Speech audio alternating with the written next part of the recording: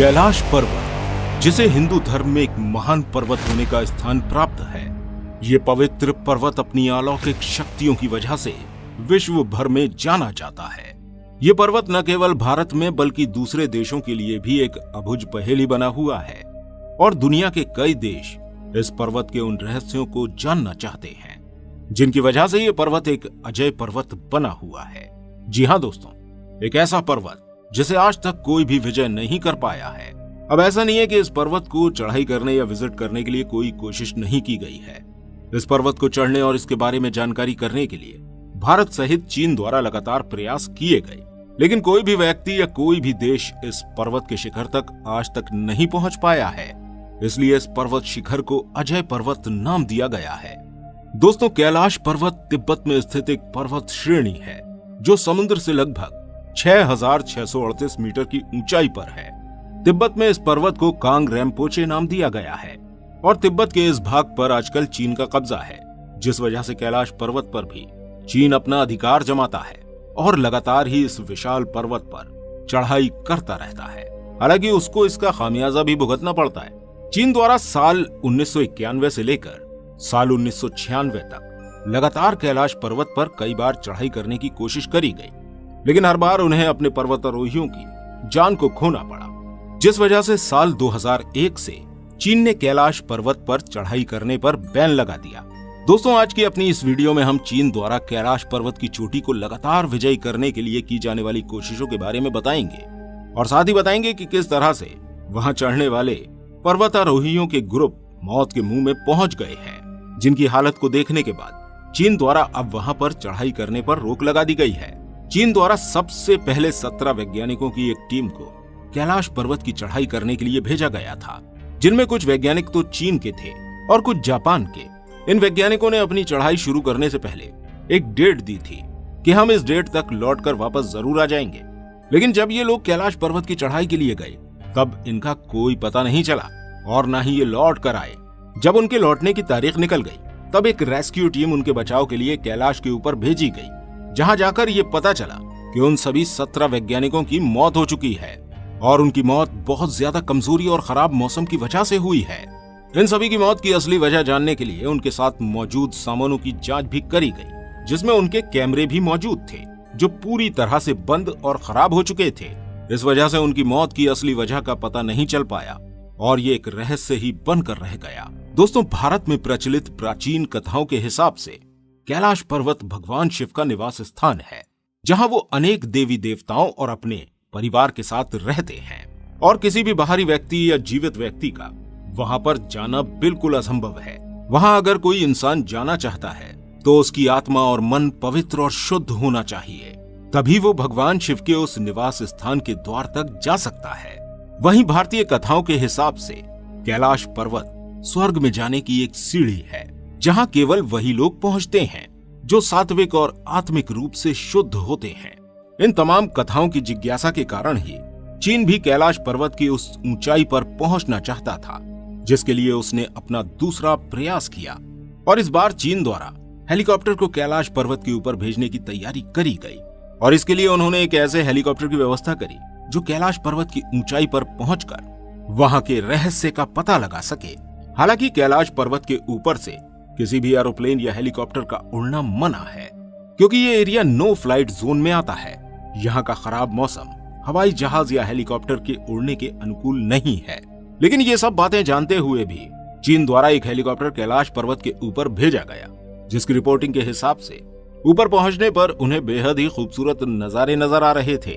उसमें बैठे वैज्ञानिक कह रहे थे कि ये दुनिया की सबसे ज्यादा खूबसूरत जगह है, लेकिन कुछ देर बाद ही उनकी ये सोच एकदम से बदल गई, क्योंकि कैलाश पर्वत पर थोड़ी और ऊंचाई पर जाने के बाद वहां के मौसम में एकदम से बहुत ज्यादा परिवर्तन आ गया। वैज्ञानिकों ने बताया कि ऊपर से जमीन पर देखने पर उन्हें चारों ओर बर्फ के पहाड़ नजर आ रहे थे और ऊंचाई पर देखने पर घुमड़ते हुए काले खतरनाक बादल उनके पास चले आ रहे थे। इसके बाद उन लोगों ने बताया कि नीचे देखने पर उन्हें केवल डर लग रहा था, पर जब वो ऊपर की ओर देखते थे तब उन्हें और भी ज्यादा डर लगता था और ऐसा लगता था कि जैसे ये खतरनाक बादल उन्हें अपने अंदर निगलने वाले हैं। इसके बाद जब उन्होंने थोड़ी और ऊंचाई का रुख किया तो वहां उन्हें कड़कड़ाती हुई बिजली और गरजते हुए बादलों की आवाज महसूस हो रही थी। साथ ही उन्हें बारिश होने का अंदेशा भी लग रहा था, जो उनकी उड़ान के लिए काफी खतरनाक था। इसके बाद ऐसे खतरनाक मौसम में हेलीकॉप्टर भी उनका साथ छोड़ रहा था, क्योंकि वो उनसे आउट ऑफ कंट्रोल होता जा रहा था। उन लोगों ने बताया कि ऊपर जाने पर उन्हें कोई भी दिशा समझ में नहीं आ रही थी।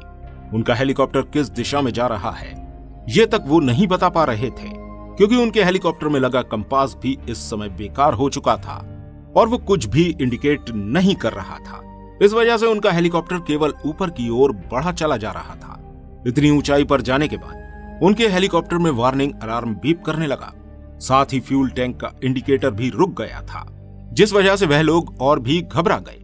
अब उन्हें बार बार वापस लौटने के ख्याल आने लगे। आखिरकार उन्होंने हार मानकर इस मिशन को आधे में ही छोड़कर वापस लौटने का फैसला किया। इस मिशन से लौटने के बाद वैज्ञानिक अपने इस मिशन से काफी डर चुके थे और उन्होंने ये क्लियर किया कि कैलाश पर चढ़ना नामुमकिन है। इसी सोच के साथ चीन द्वारा कैलाश पर्वत पर चढ़ना बैन कर दिया गया। लेकिन चीन द्वारा इस पर्वत को जीतने के लिए एक आखिरी कोशिश और की गई। इस बार चीन द्वारा दुनिया से 4 सबसे बड़े माउंटेनियर्स को बुलाया गया, जिन्हें कैलाश पर्वत पर चढ़ने का मिशन दिया गया। इन चारों द्वारा कैलाश पर्वत की ऊंचाई से कुछ नीचे एक जलधारा को अपना रीचिंग पॉइंट बनाया गया। अपने इस मिशन पर निकलने के लगभग 1 हफ्ते बाद इन लोगों का कोई पता नहीं चला था। इसके बाद उनके बचाव के लिए रेस्क्यू टीम्स को कैलाश पर्वत पर रवाना किया गया।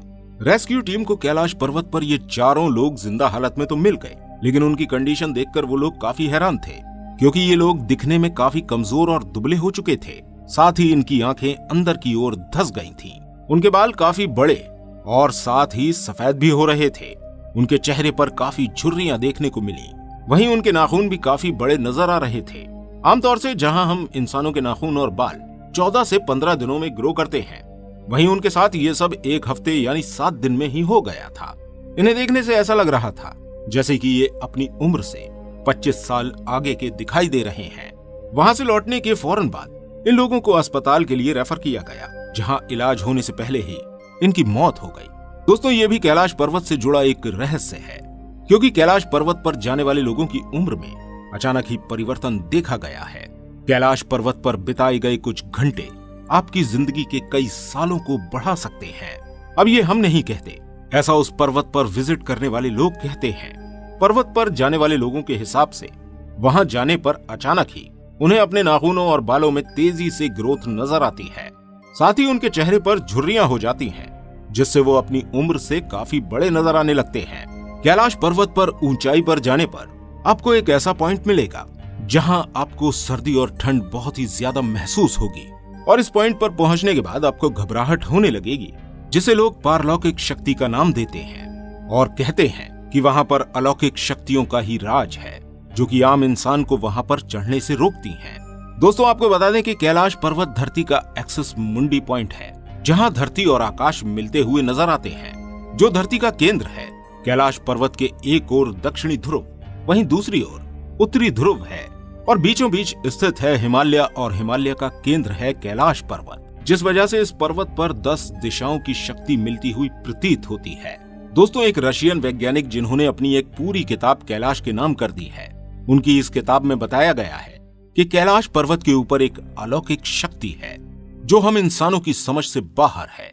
कैलाश पर्वत के ऊपर ही नहीं, बल्कि आंतरिक भाग में भी अलौकिक शक्तियों का वास है, क्योंकि रात के शांत वातावरण में इस पर्वत से ओम और डमरू की आवाज आती है। साथ ही पहाड़ के अंदर से चट्टानों के गिरने के साथ साथ अद्भुत रोशनियां भी नजर आती हैं।